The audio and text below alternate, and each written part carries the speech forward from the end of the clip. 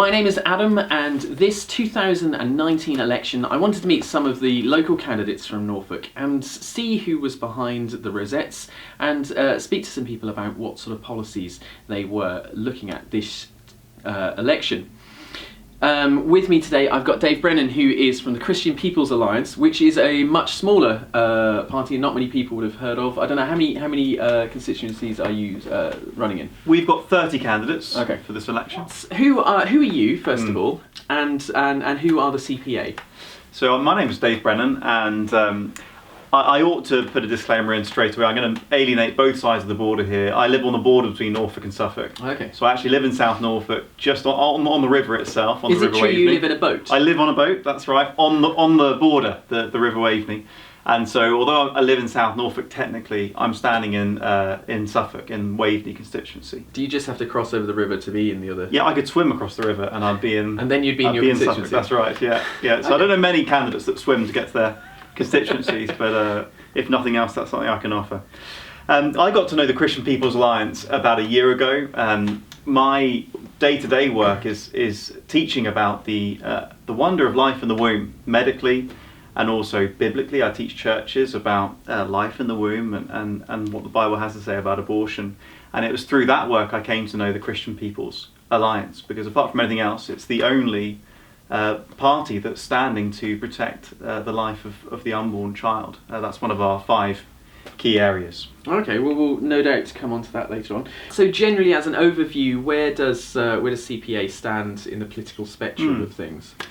Well, it's kind of hard in a way to categorise us. We're certainly not the socialism end of Labour, but neither are we the sort of out-and-out capitalism of the Conservatives. We're a business-friendly party. We believe in entrepreneurship and wealth creation, but we want to use taxation and other means to make a fairer society. And so we've got a concern for the poor, we've got a concern to reduce crime, we've got a concern to lift up marriage and the family as the basic kind of building block of society. So a lot of our policies really are quite upstream, looking at where are many of our social problems coming from, and how can we address those in a way that is really effective. So you won't necessarily be able to place us too easily into the sort of traditional left and right and so on. So what do you think is the most important issue in the election this time?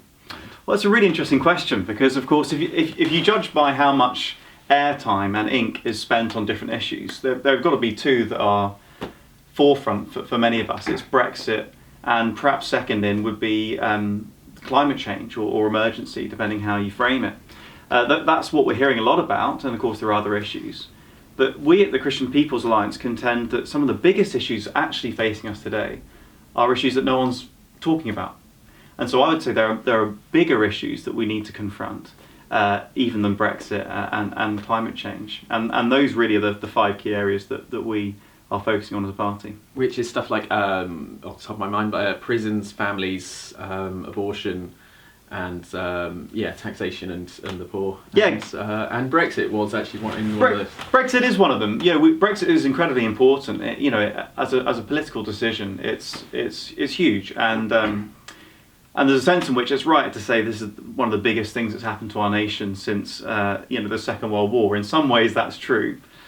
But in fact, our key areas, I think, are even more fundamental. And so what those 5 key areas are marriage and the family. So family breakdown is costing our economy some £51 billion a year. And that's just the financial toll. You look at the social problems that so often linked to family breakdown.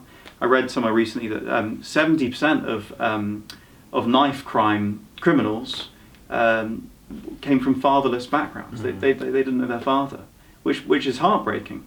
But there's this incredibly strong link between a broken or dysfunctional family and the outcomes of children and young people. Do you believe in climate change, man-made climate change, and potential cataclysmic extinction events that's been talked about?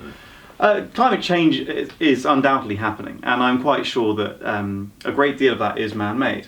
I think that's something that most people would agree on.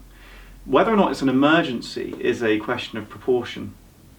And certainly some of the figures that get bandied around, you don't even really see being substantiated by serious scientific study. So, for example, Mr. Hallam, one of the leaders of the Extinction Rebellion group, he says, we're looking at mass starvation within 10 years. We're looking at, within 100 years, the population of the world will be down by a few billion.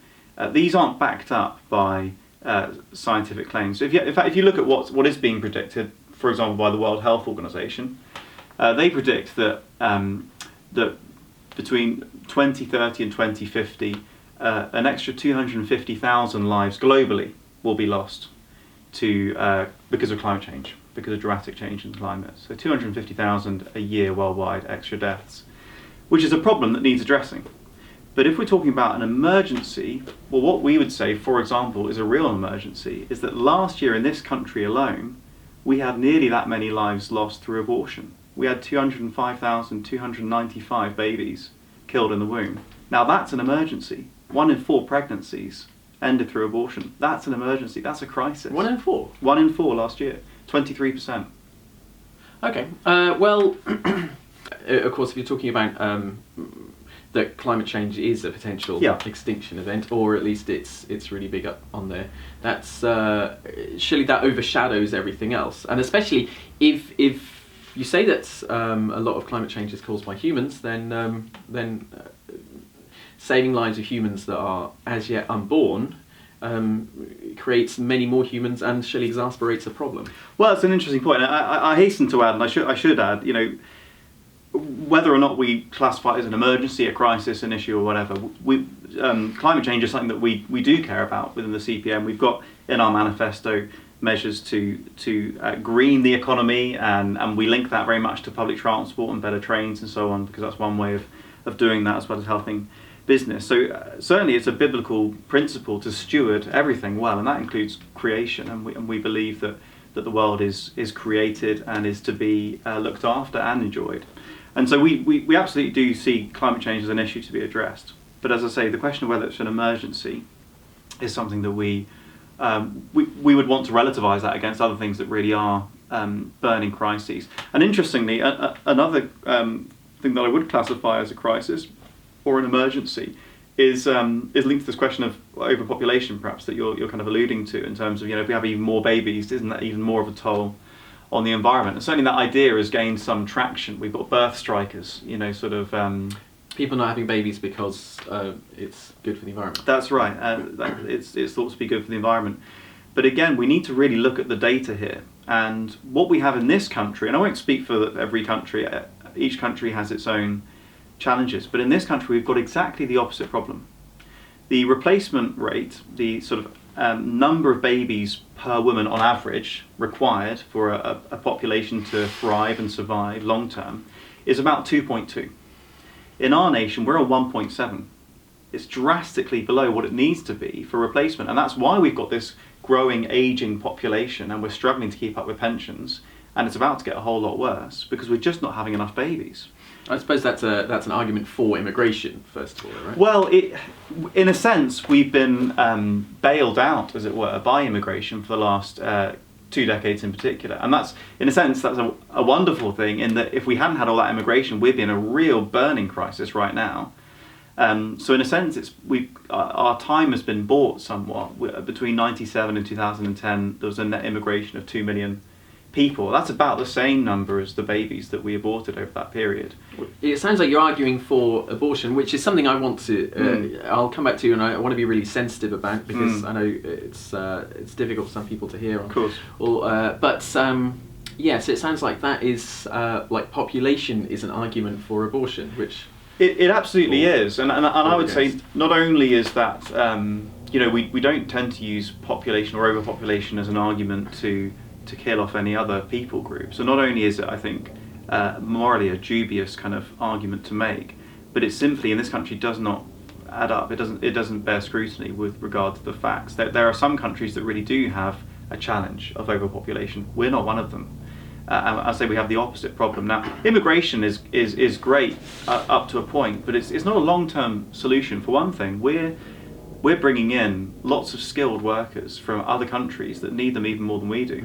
And so these other countries are investing in them, training them, and then we're essentially poaching them. And I think we've got a responsibility as one of the more educated and more developed countries in the world. We've got a responsibility to be giving the other way, not taking. You know, the rest of the world isn't a colony for us to use. So we talked a little bit about Brexit. So what's the kind of CPA stance on Brexit? I noticed there was a referendum there, which I thought, oh, that seems unusual. Right, yes. Yeah, I'll come on to that in a second. Everyone's talking about referendums, but that seemed an unusual referendum. Yeah, it's an unusual one. I'll come on to that in a second. Well, first of all, we acknowledge there's a real need to restore people's trust in politics, in our democracy, in the political process, in politicians. People are really disenfranchised. In fact, I went door knocking the other day to sort of canvass, and the very first door I knocked on, I'd hardly finished my introductory sentence, which was, "I'm a candidate," and he said, "I'm fed up with a lot of you," and he slammed the door shut and he locked it. I mean, as if I was going to try and break in. But you know, this is what we're up against. People are really, I mean, I don't know what the politest word is that I can use, but they've had enough. And part of that is that, you know, 3.5 years ago, a clear decision was made by the people, and they were promised that it would be a final decision, that the decision would be honoured, and it was the largest turnout for a vote in the history of our nation. And for 3.5 years, people feel, and that there's evidence that this is more than just subjective feelings, but they feel they've been, their will has been resisted, people have been trying to thwart it and bend it, and so on. And so we're adamant that we need to restore trust in politics, and a very important way of doing that is honouring the result of the referendum. And then you're talking about in 5 to 10 years' time having another referendum. Yeah, so we were thinking about how do we bring the nation back together after Brexit? You know, that everyone agrees that we're divided, and you know, it's hard to know what will happen. Say Brexit does get done in January, of course only the beginning of the process. What happens after that, it's hard to predict, but we, like many parties, are thinking, how do we sort of reunite this broken country? And an idea we had was this: well, we've got to honour the referendum in 2016. We've got to take that decision forward and leave. But what we are willing to do, and what we are offering, is 5 to 10 years later, after we have left, so we've got to leave, once we've left, we would allow a referendum 5 to 10 years later with the very simple question, do we wish to rejoin the EU? And there's a number of reasons why we're in favour of that. One is that referendum gives everyone a chance to speak again. And lots of people are saying we need to be able to speak again, we didn't know everything we know now, and so on. This is a very clear opportunity for people to speak again. Another benefit of this is that question would be it'd be a very straightforward question.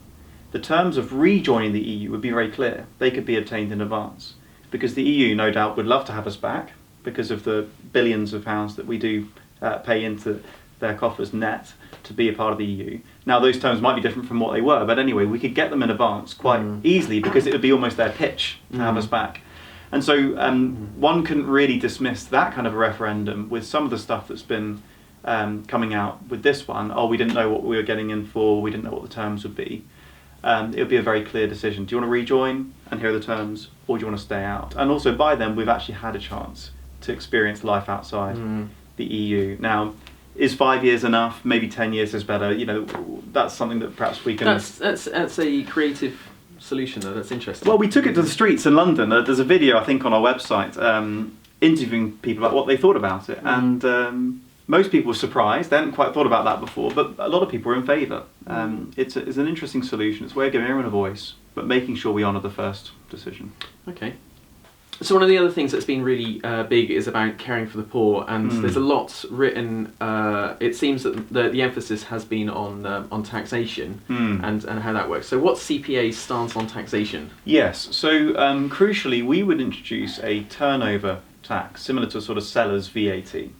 And one reason for this is that big companies like Amazon can effectively avoid corporation tax by parking their profits in other countries. And so they're doing business in our country, but they're not paying their way, as it were, with their taxes because they park their profits elsewhere. Whereas a simple seller's VAT or a turnover tax means that everything purchased in the UK will get taxed not just from the buyer, VAT, but also from the seller. And so it's a way of making sure taxation is fairer, and huge international corporations like Amazon don't have an unfair advantage over British or especially sort of high street. So that will business. drive up their prices, and so that won't apply to the corner shop or to John Lewis? It would apply to the corner shop of John Lewis, provided they're already above the 85,000 threshold. So we would offset corporation tax against this, so that for smaller businesses, essentially it'd be an advantage, and for larger businesses, yes, it would be, for the very big, especially the international ones who aren't paying corporation tax. Yes, it would be a cost to them. Okay. But we believe it's the kind, and this is what we're trying to do with some of our policies, is rather than sort of going after the rich to sort of punish them, and rather than trying to discourage business, we want to bring in reasonable measures that just make it fairer across the board and encourage better competition. I know there's a whole category on families, and with the idea of giving grants of £12,000 to newlywed couples, which I know in some countries like the United Arab Emirates do that, and also giving people a payout of £6,000 when they have a child. That's right. Isn't this kind of paying people to have children? Yeah, good question. But just before we go on to that, I ought to have mentioned that the turnover tax, we believe, will raise an extra 32 billion from that. And part of that will be used to sort out universal credit, and that's how it's going to help out the poorest. Okay. Because the problem with universal credit is not the system per se, it's the fact that when it changed to universal credit, they also took out 12 billion of the budget. Okay. That's been the problem. So much about it. You don't really. It's quite a lot of money. I could do a 12 billion. So that we need to put that back in, and universal credit can work, and it will work. But that's how the turnover tax helps the poor. So it's not just about business. But anyway, it's a very good question, and I ought to qualify your very good introduction. The £12,000 grant when a couple gets married, and the £6,000 grant when the first child comes, is to be coupled with training and support before each of those things happens. So it's not just money; it's conditional on them participating in training, because it's amazing. Of all the things that if you want to drive a car, you have to have lessons. If you want to, operate a machine at work, you need to be trained. But almost everyone goes into marriage totally unprepared. No one's taught, anything about it. And arguably that's not the job of schools. They teach other things. But we are facing a kind of a crisis in family breakdown in our country. And so we're thinking, how can we support that? Now, finance is one way of, expressing value.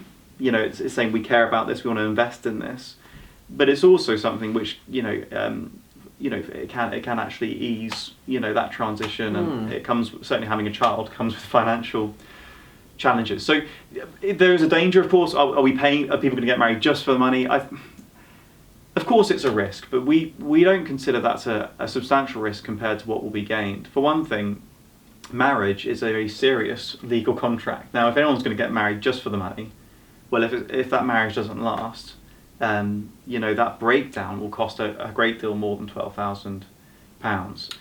And then £6,000 for having, is that each child, or is that for your first one? Just for the first one is what we've got in our policy, and again that's because having a child, for one thing, the pressure on both parents to be working from a very young age, and certainly that's something that my wife has felt.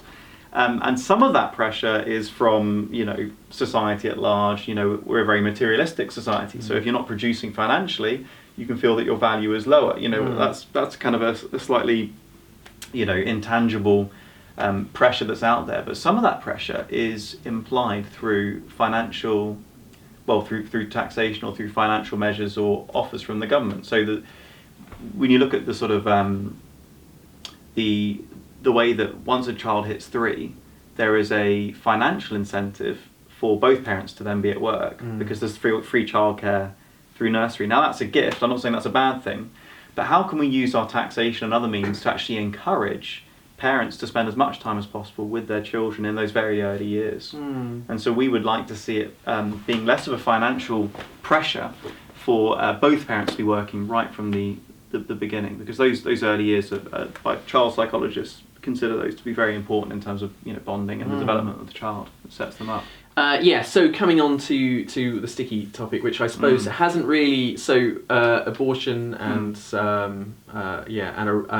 a right to choose or a right to life, so that's the thing that you guys are big on, and lots of other parties haven't really mentioned it. I know a couple have talked about decriminalizing abortion. I don't know how serious that is in manifestos, but yeah, I mean, wait, what does that look like? I tried to do some research on this, and it's so difficult to wade through politics. It's very difficult, and it's deliberately difficult. Well, it's because there's so much noise from both sides.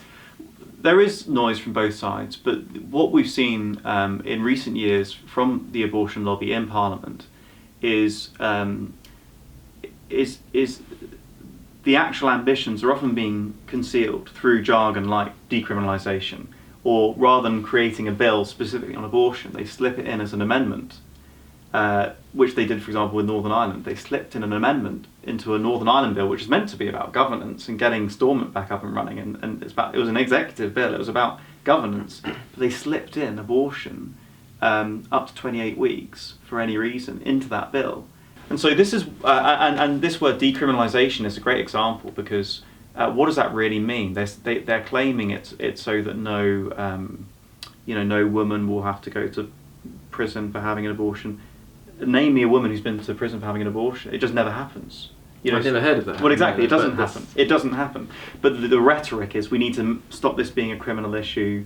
But if there's a principle, you can see how people would want that to be resolved. If there's because I guess this is a difficult enough thing already without there being legal issues at foot as well. And so Labour have put this in their manifesto, so it's quite public there. So it's public, but as you say, a bit hard to figure out. I was at a meeting just yesterday, and we were trying to figure out what exactly do they mean by decriminalisation. They won't come very clear on it, but it does seem that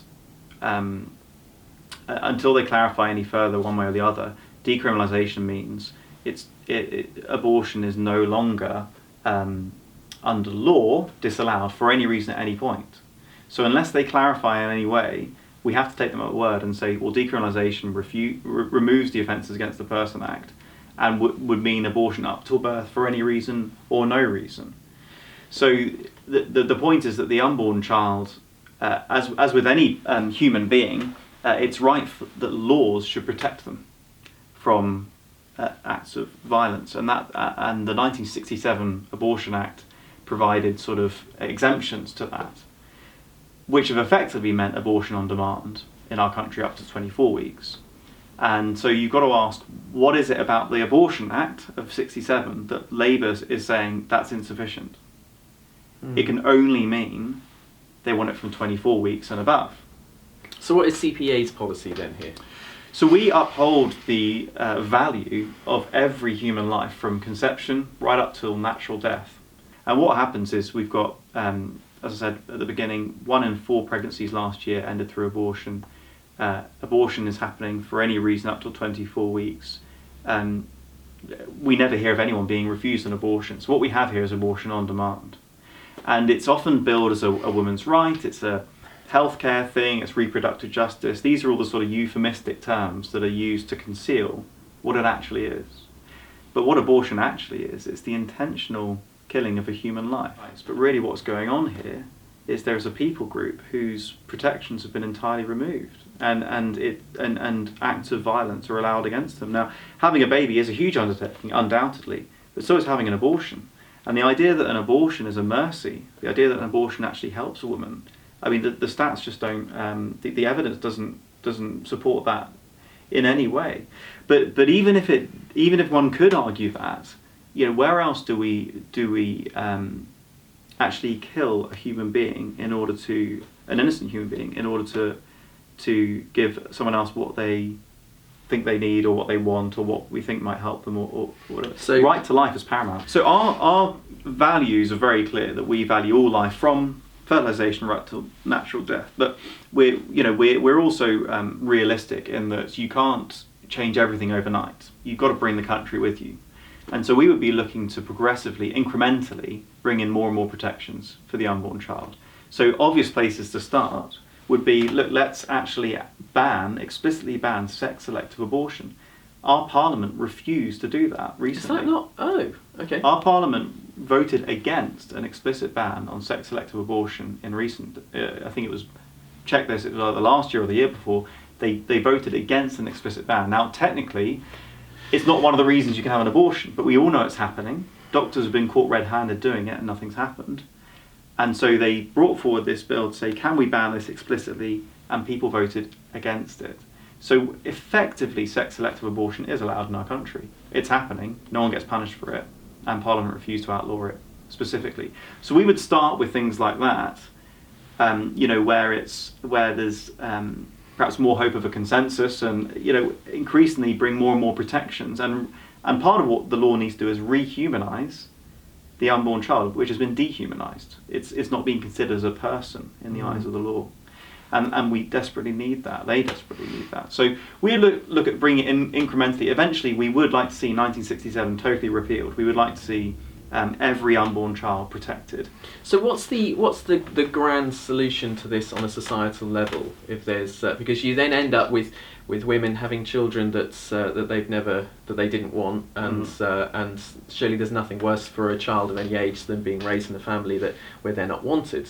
So there is something worse, but the question's a good one. What do we do with all these babies? And it's a similar question to what they asked of.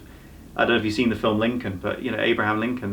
They were setting out to free these slaves, and someone said to him, "What are you going to do with all these slaves once you freed them?" And his answer is basically, "I don't know, but we've got to free them." And there are certain rights which are paramount or are superior to others. So right to life is paramount, and below that come rights to property and whatever else.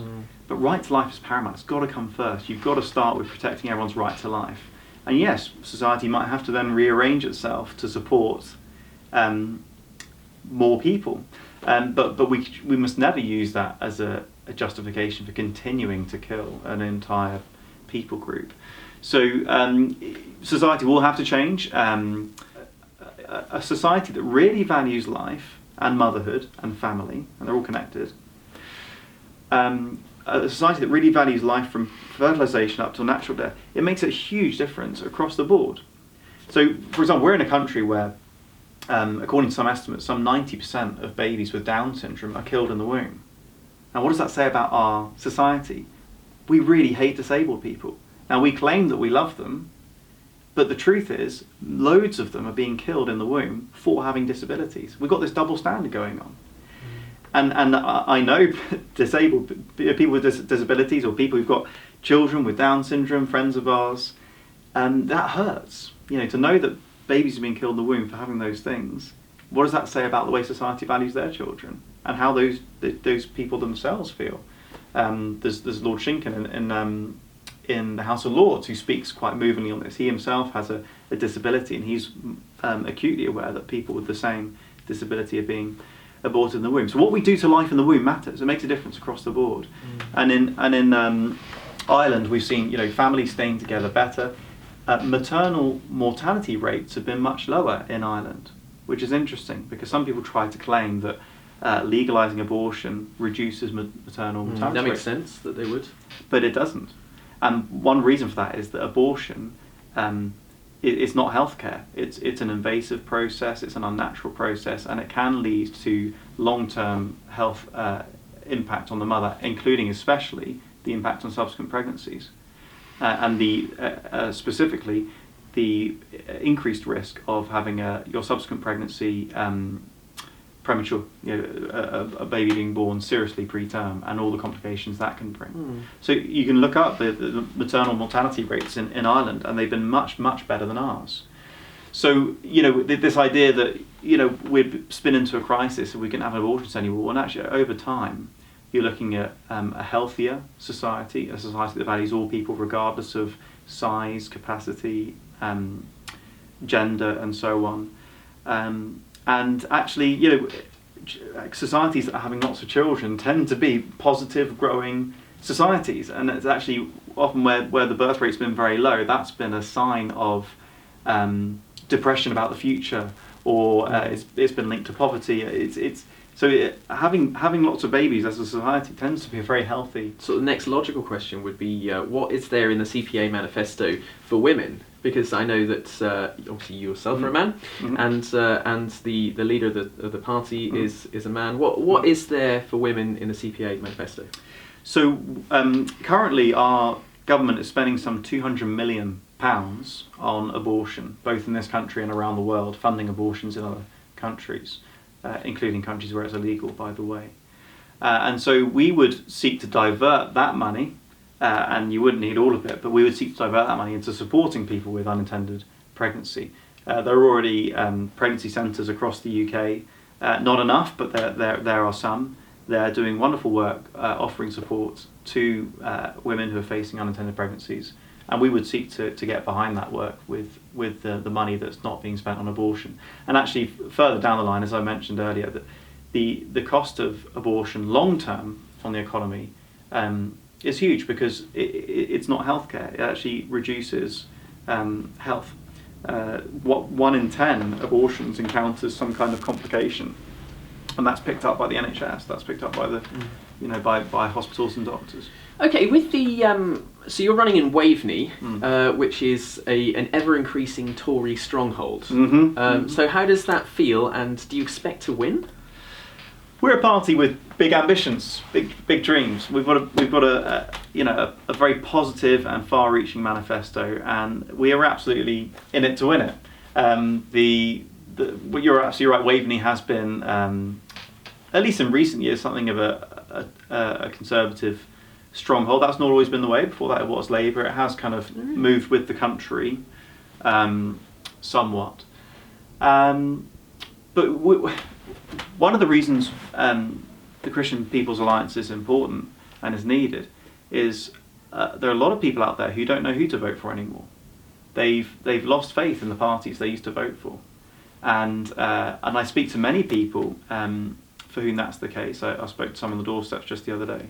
But also there are people, and not just Christian people, but there are many people who look at all the parties and they think, actually, in good conscience, I can't get behind what these parties stand for morally anymore. As I say, there's not a single other party in Great Britain that supports the right to life of the unborn child, for one thing. And that's a really important issue, and many people consider it to be a very important issue. And so we're here one reason we're here is to give those people who are either perhaps disenfranchised and they've lost faith in the party perhaps they used to vote for, they feel that these politicians perhaps aren't telling them the truth or doing what they said they would do, and so they almost feel they can't engage in the political process, they can't vote anymore because they don't know who to vote for. And we're providing an opportunity to say, look, we're extremely clear where we stand on Brexit, we're extremely clear where we stand on all these moral issues, and that's of interest to some, but also for those for whom it's specifically those moral issues, and that's my story. I look at the ballot paper and think, I don't know how I can vote for any of these parties, because morally I can't get behind what they're standing for, and so that's one of the reasons I'm standing, because I look at the ballot paper and I can't vote for any of those parties. Okay, all right. Well, thank you very much. You've been watching Dave Brennan, who is standing for the CPA, Christian People's Alliance, in Waveney, on the Norfolk-Suffolk border. Thank you very much. This is Adam Asks Political Special 2019.